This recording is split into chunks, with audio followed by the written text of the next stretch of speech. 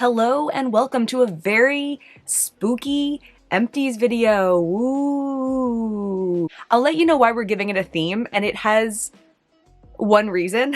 That reason is sometimes when I film something that's not time sensitive, like an empties video, I don't put it out for a while. I tend to have like 15 videos filmed at a time. I don't know, it's just the way I am. I don't want to have to like feel pressured to only have to edit one if I'm not excited about it.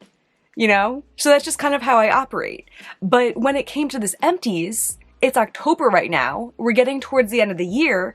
I was trying to decide if I wanted to do this now and get it up quickly or just hold off and do like one big empties in December. But I decided I do want to like get this stuff out of my life, and I figured that would help me kind of like try to empty more stuff or declutter more stuff in December. That was just my thought process.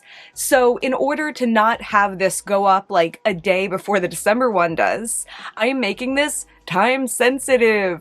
So I'm wearing my trick or treat cat sweatshirt, and I put on some spooky time sensitive makeup, and we're gonna dig right into the empties. We're gonna start out with the candles, which I think is exactly what I did last time. I have two candles to talk about today because I'm now a candle person. I had asked, I think in that empties video, if candle lovers tend to light one and like keep using that one until it's over and then start a new one, which is what I had been doing, or have a couple candles in use at a time that then you could choose every time you light a candle which one to light. And everyone who responded to that question said that they have numerous candles that they choose between. So I have been doing that now, and I feel like I see the light. I like that, and it makes me not get really sick of one candle, which is good. And I'm gonna show you the two candles today, and then I have another candle related question because you guys are helpful. The first one is this from Sol de Janeiro. It's like the 62 Cheirosa. I don't know how to say that.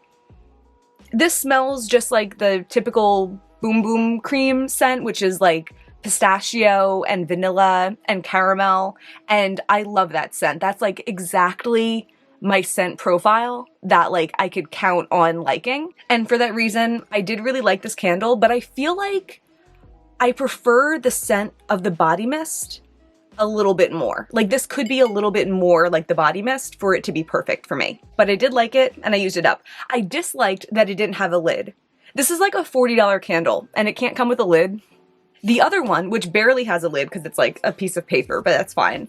This is from Otherland. It's the rattan candle, which I thought might be like a favorite because it's a sandalwood scent, and that's also something that I really like.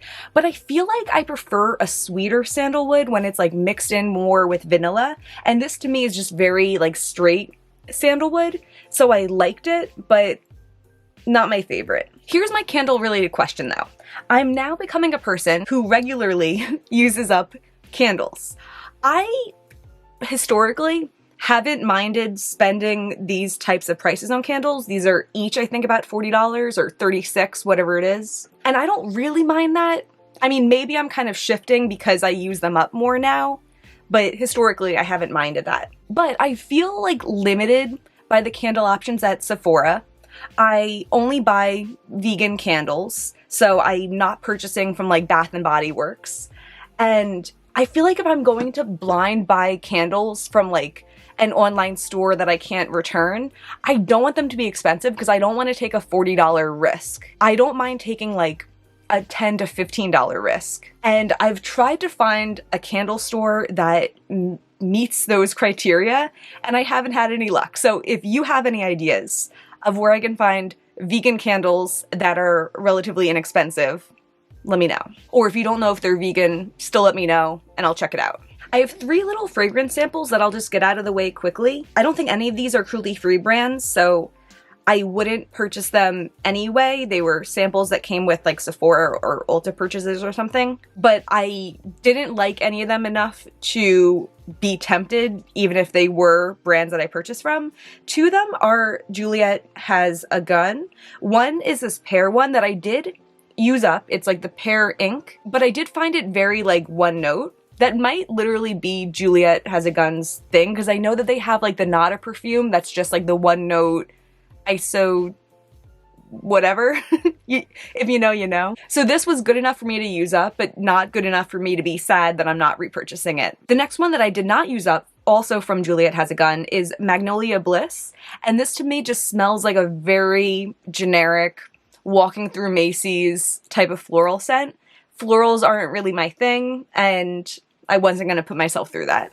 The third one is this replica Beach Walk Mason Margiela. I guess Beach Walk is the name of it. I use this one up too. This one's like beachy and salty without being like too in your face about it, but it's still not my ideal scent profile, so I'm fine seeing it go. Let's talk about two products that I have declared to be empties, even though like technically they're not. One is this CoverGirl Clean Fresh powder. I was using this to powder my under eyes. I just like to set that area after I use concealer, but this was like nothing to write home about. It got the job done. I feel like I prefer a little bit more coverage, and I'm kind of realizing that I might prefer something that's like a powder foundation instead of like a finishing powder, and this is very much, yeah, a pressed powder, it's called. So it was fine. In a pinch, I might pick it up again if I only had drugstore options and I needed to, but it's nothing I was excited about and nothing I was eager to finish the little drops of powder left in it. This one I've had so long. This is Jouer Powder Highlighter in Citrine. If you remember, this was like a cult classic on beauty YouTube in probably like 2016 or 2017, but this is the most fragile formula. It broke so long ago. It was broken for like most of me having it, and it just got into the point and the brokenness that it's not worth using. I tend to store my highlighters also like standing up, and I feel like that just really doesn't work with the fact that it's already crumbling and it makes it crumble more. This one was like a nice kind of like blingy highlight, and I enjoyed it, but I think for my current taste, I want something a little bit more subtle. A couple of maintenance products. I finished up 2 of the Drybar Detox dry shampoos. I have a large one in the Lush scent, a smaller one in the original scent. I don't know if I really noticed a difference in scent. They both smell like dry shampoo to me. I had declared at some point also that this was like my perfect dry shampoo, but I recently found out that Living Proof dry shampoo, it's also vegan and cruelty-free. I don't know why, I just always thought that brand was not cruelty-free. And I got a little sample of it recently, and I really like it. So I feel like even though I'm still loving the Drybar Detox dry shampoo, it has a little bit of competition. I don't know. Either way though, I do have like a large size of this that like I will be continuing to use. I might focus though more on like the little samples of the Living Proof though, just because like they're smaller and I want to get rid of them. I don't know. I also have my favorite foundation. This is the CoverGirl Clean Fresh Skin Milk. I have the shade Fair Light. I think I've also used the shade Light, and because it's such like, I don't want to say sheer coverage, but light coverage, both of them work for me. It's what I'm wearing today, and I just love it. I've been trying to use up my Fenty Eavesdrop. I really, really hope that in my next empties video, that will be in here, because I kind of hate it, and every time I use that, I feel like it emphasizes things that like I didn't even know were there, and this one just like looks so good. It wears so nicely. I really like it, and I will definitely continue repurchasing for the foreseeable future. My other maintenance product is this e.l.f. brow. It's a quad, but I really use it as a duo because 2 of them are waxes, and I have no need for this sort of eyebrow wax, but it has like a lighter color and a darker color. I use both of them. The lighter one's completely used up. The darker one still has a little bit, but like I'm not using that one without this one, and I replaced it. It's a $4 product. And also I'm fine with a $4 product not using the 2 gels. I have it in the shade Taupe. It works, in my opinion, just as well as the Anastasia one that I used to use. If I didn't think so, I would just continue buying the Anastasia. Like, I'm not buying this to save money, but it's such a bonus that I like it all the same, and it is so much cheaper. Next is another brow product. This is the Anastasia Brow Wiz, and I got this, and I think in like a giveaway pack from Ulta type of thing, and I purposely used it up just because I already have my full-size one in my better color. I usually use taupe. This one's medium brown. It was fine when I was using it, but I stopped using Brow Wiz exclusively like years ago when I realized that like if this is my one eyebrow product, I use like one a month, and I just don't want to spend like $22 or whatever it is on my brows every single month. And I think I do like the look of the powder better anyway. We have a lip balm from Kopari. This is the Lip Glossy. I had more than one of these, but I think this was the second one. This is what I put on my lips every night before I go to bed. I kind of like hate the feeling of sleeping with like dry lips. Usually I'm not even like a big chapstick person or anything, but like at night, I need this. Since I used it up, I have just been using like a regular type of chapstick. It's like a chai flavored off-brand chapstick. I got it at a health food store in Colorado. And it's not as like emollient as this one was. And it's making me realize I do prefer the emollientness of this one. So I feel like it's the type of thing that like, I don't love this. I don't love that like it gets kind of greasy on the tube and like little fuzzies stick to it that I can see right now. But maybe it's the kind of thing that like once you don't use it, you kind of appreciate it more. I don't know. I'm gonna keep using my chapstick for now, and we'll see in the future if I replace it with something that seems more exciting or if I just go back to it. I also have this white concealer from ColourPop that I've had for so long, and this is what I use whenever I do like a cut crease. It's not my typical look, but I do find that it comes in handy when I want it to. And like as opposed to like a white liquid liner type of thing that like gets kind of like hard under your eyeshadow, I like that this is the consistency of concealer. It really works well for me. I did replace this when I used it up like a month ago or so. So I do have another one, but I'm a little bit, I don't know, not excited about ColourPop anymore in light of recent people that they've chosen to support. So I don't really know what I'm going to do moving forward, or if I'm just going to feel like it's a cheap product every couple years that I'm going to repurchase. Maybe that's fine. I don't really know, but I did repurchase this before recent events changed my opinion about them. Okay, we're almost done. Next is the Belif Aqua Bomb. This I feel like I've gotten so many samples of over the years. Belif is not a cruelty-free brand, but I do enjoy using the samples when I get them. I'll admit it. It's the type of thing I might consider purchasing if they were cruelty-free. I don't know. I liked using the sample. Okay, and lastly, we're just going to finish up on some mascaras. I have this Fenty one that I got, I think sometime in 2021. It's the Full Frontal Mascara. It's in this green color, and this one, I don't think I ever like completely used it up or anything, but I think it was just open for long enough that I declared it in empties. It didn't do anything. I don't know if it's because it's like a different formula because it's green, or if I had gotten the black one of this, it would have done the same thing, but I feel like all it does is coat my eyelashes in a little bit of color, not even like an intense amount of color. So when I did use this, I would put on black mascara, let it dry, and then go back over it with this.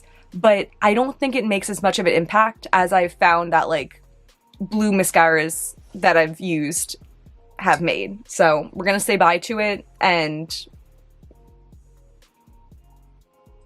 the next one is this Too Faced Better Than Sex mascara, and I do like this one. I feel like it gives me volume and length, and that's what I look for in a mascara. I want like the highest impact I can get. I'm not a lashes person, so like I want to work with what I have.